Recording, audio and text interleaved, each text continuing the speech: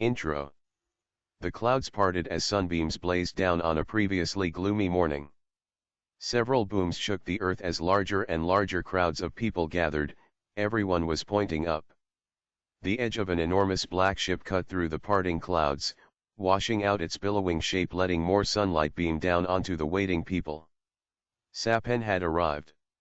I leaned back, one hand still gripping the bike's handlebar as my other hand shielded my eyes from the sun.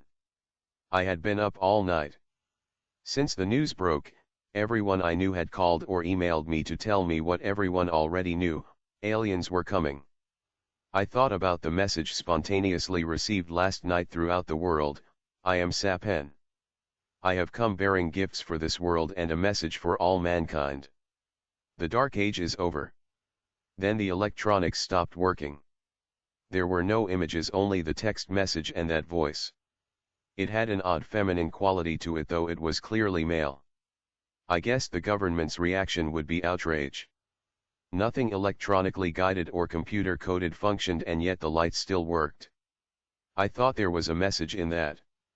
I hoped it was just a wise precaution by a powerful race of beings, which must have studied mankind and knew that we shot first and asked questions later.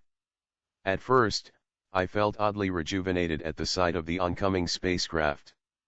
All my previously stated ideas about life existing throughout the universe had finally been validated. Here was the proof. Nevertheless, for some reason, now that it was here, a mile above me, I didn't like its look. The huge ship continued descending.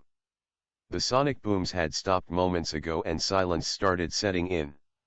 Even the crowd had stopped mumbling. The mall's parking lot continued filling in as people from all over were drawn by the spectacle. The new mall area stretched for nearly a mile, and all of it was vibrating as the ship lowered. The craft was much larger than I imagined. It was at least the same size of the mall's main structure. My cell phone started ringing.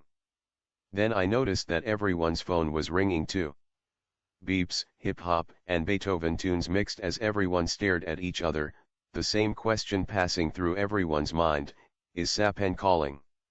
The ringing stopped and a message appeared on the phone's screen. Cover your ears and prepare for a change in pressure. I thought the message polite, but before I could obey, a shock wave blasted the silence. My hands automatically cupped my ears and I swallowed hard. My ears popped. The Titanic vessel stopped as if locked into place, feet above the tallest tower. It slowly rotated for a few more minutes and I watched.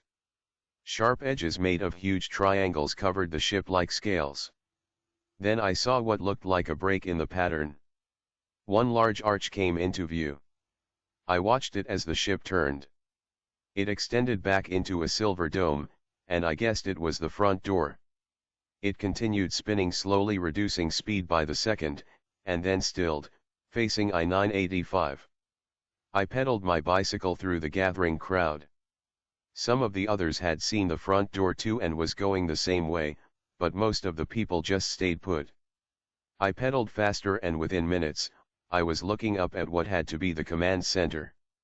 A clear voice cut into the morning stillness. I heard the same voice that came the night before. A large, green hologram of a man with long blonde hair, nearly as tall as the ship, appeared. The voice said, I am Sapen. I have studied this world and have found compassion for its inhabitants. There was a long pause as the hologram looked down upon the masses and smiled. He continued, I have seen your physical suffering, I have heard your heart's cry for peace. I am not deaf to the crimes committed against you in the struggle for energy. He waited a few seconds, then continued, I have come to give you a gift. Eternal life, strong bodies, efficient minds, and global peace will be available to any who choose it for 1 year. Lightning reached out from the ship and struck the hologram. It vaporized into a cloud of glowing yellow gas. Then a small figure penetrated the cloud, tucked and rolled in a long arch and landed gracefully on top of a nearby building. It was a man. The man walked forward. He leapt off the building, twisted, dropped 30 feet to the parking lot below and stuck the landing. I drove my bicycle as fast as I could toward the people surrounding the man. When I could go no further, I jumped off my bike, had the presence of mind to unwrap a short chain from under my seat and locked it to the bumper of a large truck. Then I ran down a grass hill, never taking my eyes off the man. When I could see him clearly, I stopped in mid-stride.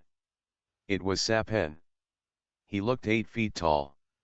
A tight-fitting, white uniform covered his muscular body. Blonde hair and bright blue eyes framed a gleaming smile. His form seemed perfect. I could hear people talking to him. The group below me was very cautious and quiet. Saphen was waiting in their midst, obviously allowing everyone to take a good look at him. Then an angry young man stepped forward.